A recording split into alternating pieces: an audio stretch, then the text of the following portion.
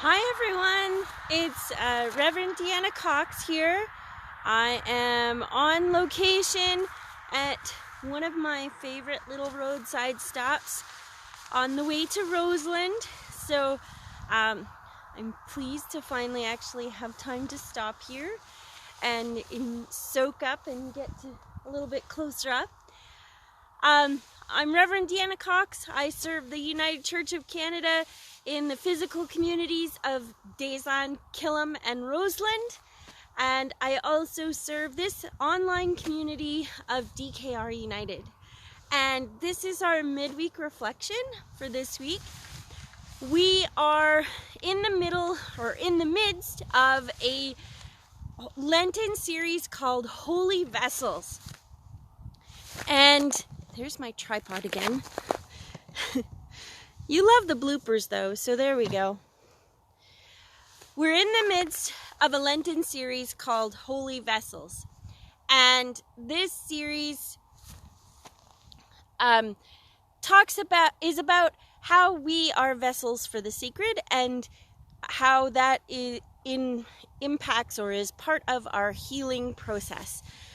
We've been through a really tough year, and so we're taking this time to really look at our own selves and at our world, and to really focus on that healing and feeling that we are in the presence of God, that we are loved. We talked about how we are a treasure of God, and so we should love and care for ourselves. We talked about how we are in God's safekeeping and how we can be places of safekeeping in our communities and in our world and in our church, and for ourselves, how we can be places of safekeeping for ourselves. And this coming week, we're going to talk about our stories. And so, just like how we said that naming our hurts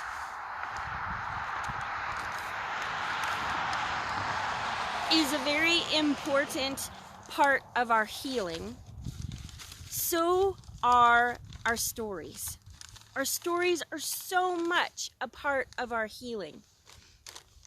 And if you're like me, and this is partly why I chose to stop here, if you're like me and you look at an old building and you marvel at the stories it could tell, or perhaps you have siblings and there are moments in your life where you wondered, how can we possibly be from the same family based on the experience and the stories that they share? Or maybe you've just heard other people, how groups of people can go through the same thing and yet they embody and experience it so differently. Like this pandemic, for example. You may have initially, we were talking about how we needed to care for each other because we're all in the same boat.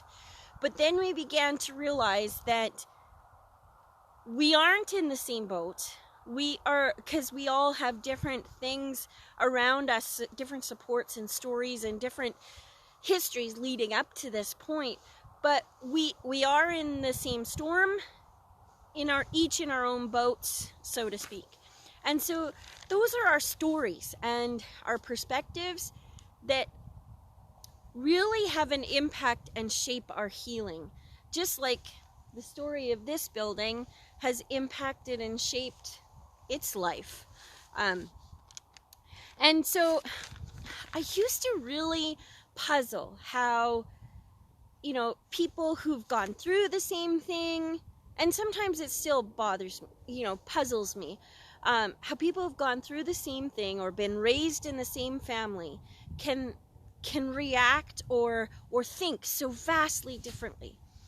And when I was in seminary, we looked at family systems theory a little bit.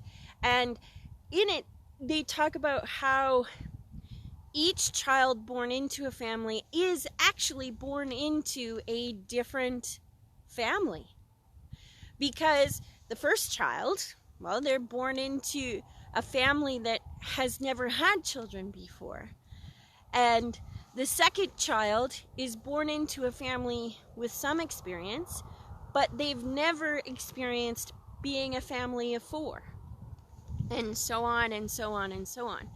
And so it shapes the perspectives that we have. It shapes perhaps the rules that we try to live by, that were fine for us as individuals, no longer apply as a couple, no longer apply as a family of three, and no longer apply as a family of four. Or they just get tweaked and reshaped slightly. And so you can see how each person coming in to that situation would receive that and respond differently. And that it would end up that at the end of their life, they could have had a completely different experience. So that helped me a lot, realizing that. And the stories that we tell ourselves are so important. However, as I have mentioned before, all too often the stories that we share are negative. They're full of pain and sorrow, or they're biased to a particular perspective. Think of the news. It's quite often negative. Deaths due to COVID and job loss due to COVID, and that's not just this year. That's kind of always that tends to be the focus of the news. Focusing on the rights and privileges that we've lost instead of things that we've gained. Think of the stories that we tell at coffee time or around our kitchen tables. Are they about our aches and pains, or about our grievances, or are they about the gratitude and the blessings that we have shared? Are they about the loss of familiar and the bombarding with foreign experiences to us? Now think of the stories that we tell ourselves. I don't know if you could even say in the silence of our own minds, because I don't know about you, but my mind is very seldom silent. And so think of the stories that we tell ourselves, that we can't do something for whatever reason. Or quite often, in many ways, we tell ourselves that we are not worthy. And so as we think about those stories, and we think, okay, well, we'll just have to tell ourselves positive things. It's kind of not that simple, because we also often dismiss the positive stories, the good news, as too simple. Like, if somebody says, oh, well, this really good thing happened in the world. Or I shared on our Facebook page a story about an architect who designed a solar light or desalinized salt water, and how that could, really help countries like Chile. And I could just hear people that I know and love saying, well, there's no way that could work on a grand scale, or could change the world on a grand scale, because maybe it's too simple, or there's no way that, loving your neighbor as yourself would really work in the real world, because that person that says that has never been bullied before, or never lived through the trauma that I have, or doesn't have my neighbor. So we tell the good news, sometimes we tell ourselves, is just too simple, too good to be true. And I have the benefit of doing the privilege, I should say, of doing a worship service at Providence Place a little later this afternoon. And I'm going to share there the story of Joseph. You know the story of Joseph and his Technicolor Dreamcoat? Well, it's a great story on perspective, and probably with a huge dose of family systems theory thrown in there. So if you're interested, look it up, the story of Joseph and his brothers, and how they bully and they torture Joseph to get rid of him, and they actually end up selling him into slavery. But and then, as things often in scripture do, there's a great turn of events, and Joseph ends up having the ear, being the advisor to the Pharaoh, and his brothers end up having to come to the Pharaoh to ask for help. And when they do, lo and behold, who do they encounter but their brother? And so I invite you to read that story, or to reflect on your memory of it, and to think about the different perspectives. What is the story like from Joseph's perspective? What is it like from his brother's perspective? What would it have been like in that family for the brothers to know that one was so much favored over the other? What is it like for the father to just steep yourself in those different perspectives and just sit with the different versions of the story that arise? And know that in order for their healing to begin, they had to share their stories. And they had to be willing to listen to each other's story. It's one thing for me to stand here and wonder about the story of this building or this land. It's another thing for me to listen, to absorb that story, and to let it inform me and shape how I live into the world. I've talked a little bit about sacred wandering, and so I want to invite you, or to challenge you, if you can, to wander about wherever you are, if that's inside or outside, and to wonder, as you wander, to wonder about the stories. The stories in the blankets and clothing that we have. Who made them? Were they part of a sweatshop, or did they earn a living wage? What is their story like? Do they enjoy their work? That kind of thing. Or maybe you have a blanket that's pieces of family history, and marvel at all those stories that are embodied in it. To look at the buildings and the landscape that you are on, and to wonder about the stories of the people who built them. What was their goal? What were their hopes for the place? Think of the land before and when the first people were on it.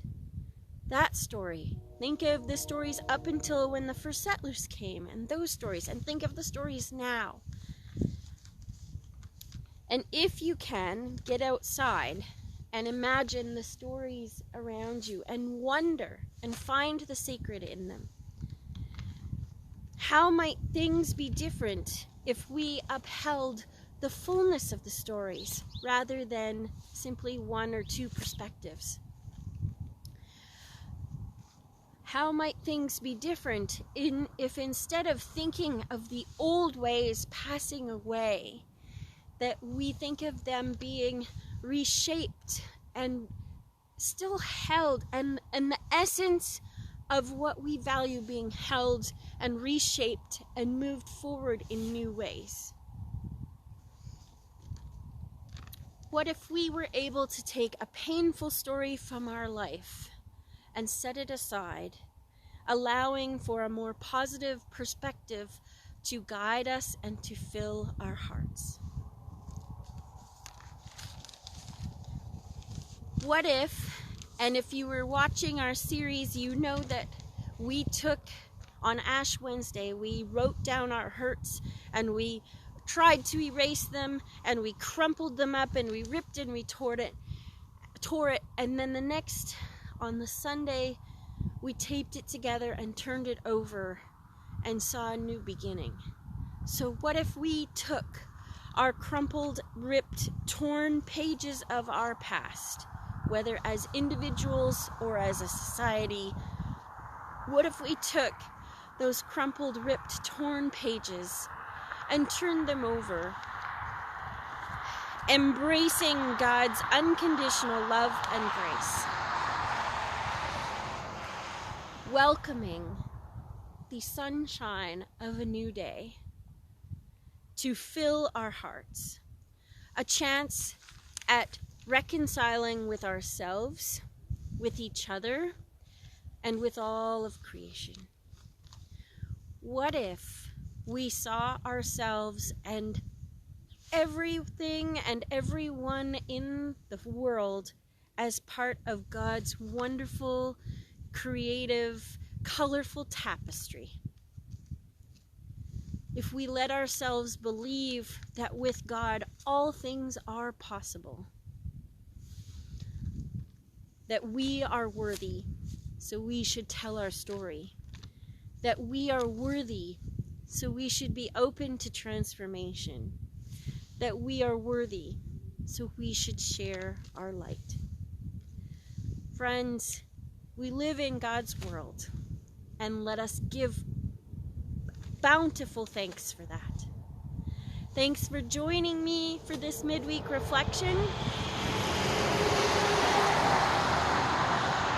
here at my roadside chapel, if you will. I hope you enjoy this and have a great day. God bless you. See you on Sunday.